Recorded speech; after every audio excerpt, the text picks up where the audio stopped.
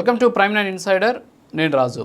ప్రస్తుతానికి వైఎస్ఆర్ కాంగ్రెస్ పార్టీ పరిస్థితి ఎలా తయారైందంటే, ఆ పార్టీకి సంబంధించినటువంటి ముఖ్య నాయకులు ఏదో ఒకటి మాట్లాడడమో లేకపోతే ఏదో ఒక కుంభకోణాలు ఇరుక్కోవడమో జరుగుతూ ఉన్నటువంటి పరిస్థితులు మనం చూస్తున్నాం. ఇప్పుడు చూస్తూ ఉంటే ఒక ముఖ్యమైన నాయకుడు బయటకు వస్తే ఇంకో ముఖ్యమైన నాయకుడు జైల్లోకి పోతున్నాడు. ఎందుకంటే ఈ మాట, ఇటీవల దాదాపు 200 పైచిలకు రోజులు జైల్లో ఉన్నటువంటి చెవిరెడ్డి భాస్కర్ రెడ్డి ఇటీవల రిలీజ్ అయ్యాడు. ఆయన 2 రోజుల క్రితం రిలీజ్ అవగానే అందరూ కూడా సంబరాలు చేసుకున్నారు. ఆయన అభిమానులంతా కూడా సంబరాలు చేసుకున్నారు. చెవిరెడ్డి భాస్కర్ రెడ్డి బయటకు వచ్చేసారు అని చెప్పేసి కూడా ఆయన వెళ్ళి జగన్మోహన్ రెడ్డిని కలిశారు. సో జగన్మోహన్ రెడ్డి గారు కూడా చాలా ఆనందంగా ఆయన చిరునవ్వులు చిందిస్తూ కనిపించినటువంటి పరిస్థితి చూసాం. ఒక రోజు గడవక ముందే పాపం అంబటి రాంబాబుని ఇప్పుడు మళ్ళీ జైల్లోకి పంపించినటువంటి పరిస్థితి. అంటే ఒక నాయకుడు బయటకు వస్తే ఇంకో నాయకుడు లోపలికి వెళ్ళి ఆ ప్లేస్ని రీప్లేస్ చేస్తూ ఉన్నటువంటి సిచ్యువేషన్ మనం చూస్తున్నాం. సరే, ఇవన్నీ కూడా ఎందుకంటున్నాను అంటే, వైఎస్ఆర్ కాంగ్రెస్ పార్టీలో ఉన్నటువంటి నాయకులు వీళ్ళు ఏంటి, అసలు ఎందుకని ఇలా మాట్లాడుతున్నారు, ఎందుకని ఇలాంటి పరిస్థితులకు పాల్పడుతున్నారు అనేటటువంటి అనేక రకాలైనటువంటి అనుమానాలు వ్యక్తమవుతున్నాయి. అంబటి రాంబాబు చేసినటువంటి వ్యాఖ్యలు ఎవరు కూడా సమర్థించేటటువంటి వ్యాఖ్యలు కాదు. ఎందుకంటే ఆయన మాట్లాడినటువంటి మాటలు అందరూ కూడా చూశారు. ఆ సందర్భంలో అక్కడ ఉన్నటువంటి పోలీసులు ఆయన్ని వెళ్ళమని చెబుతున్నా సరే కనీసం వెళ్లకుండా రమ్మని చెప్పేసి అక్కడ ఉన్నటువంటి వాళ్ళని రెచ్చగొట్టే విధంగా బూతులతోటి ఆయన రెచ్చిపోయినటువంటి పరిస్థితి మనం చూసాం. పోలీసులు వాళ్ళందరినీ కూడా కంట్రోల్ చేసినా సరే ఆయన ఏమాత్రం ఆగకుండా వాళ్ళందరినీ కూడా రెచ్చగొడుతూ బయట రమ్మని చెప్పేసి కారును ముందుకు పోనీయకుండా ఆపినటువంటి సిచ్యువేషన్ కూడా మనం చూసాం. మరి ఇలాంటి సందర్భంలోనే తెలుగుదేశం పార్టీ శ్రేణిలో లేకపోతే కొంతమంది వెళ్ళి ఆయన ఇంటి మీద దాడి చేసినటువంటి పరిస్థితి. సో దాడి చేయడం అనేది ఎవరు కూడా ఇక్కడ దాన్ని సమర్థించేటటువంటి పరిస్థితి లేదు. ఎందుకంటే అది కూడా చాలా తప్పు.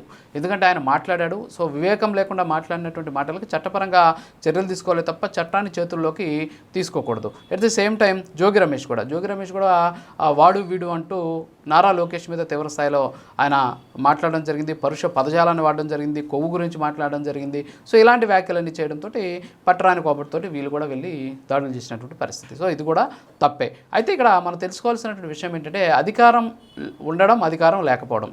అధికారంలో ఉన్నటువంటి సందర్భంలో దీనికి మించి రెట్టింపుగా అంబటి రాంబాబు గారు కావచ్చు, జోగి రమేష్ గారు కావచ్చు, పేర్ని నాని గారు కావచ్చు, అలాగే అప్పట్లో ఉన్నటువంటి మిగతా నాయకులు, చాలామంది నాయకులు కూడా ఏ విధమైనటువంటి వ్యాఖ్యలు చేశారు. రోజా, వీళ్ళంతా కూడా చాలా రకాలైనటువంటి వ్యాఖ్యలు చేసినటువంటి పరిస్థితి.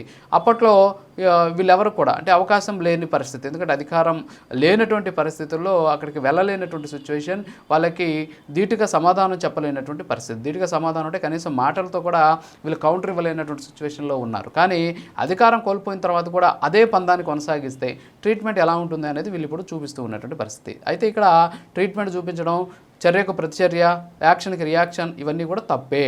దీన్ని నేను సమర్థించడం లేదు. కాకపోతే మనం అదేదో అంటాం కదా, అధికులం కాని చోట అధికులం అనరాదు అనేటటువంటి ఒక సామెత ఉంది కదా.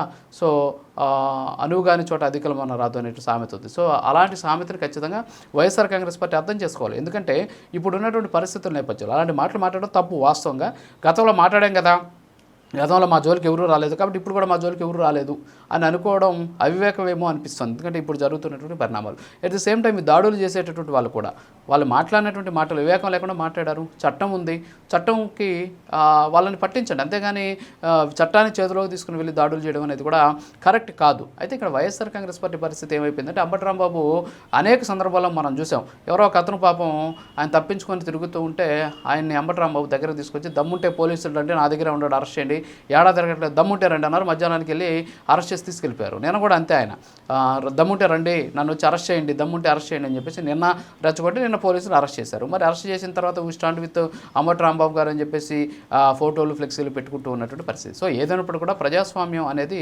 పరిడవిల్లాల్సినటువంటి సమయంలో ఈ విధమైనటువంటి జుగుప్సాకరమైనటువంటి రాజకీయాలు చేయడం అనేది చాలా బాధాకరమైనటువంటి విషయం. నోటిని అదుపులో పెట్టుకోవాలి.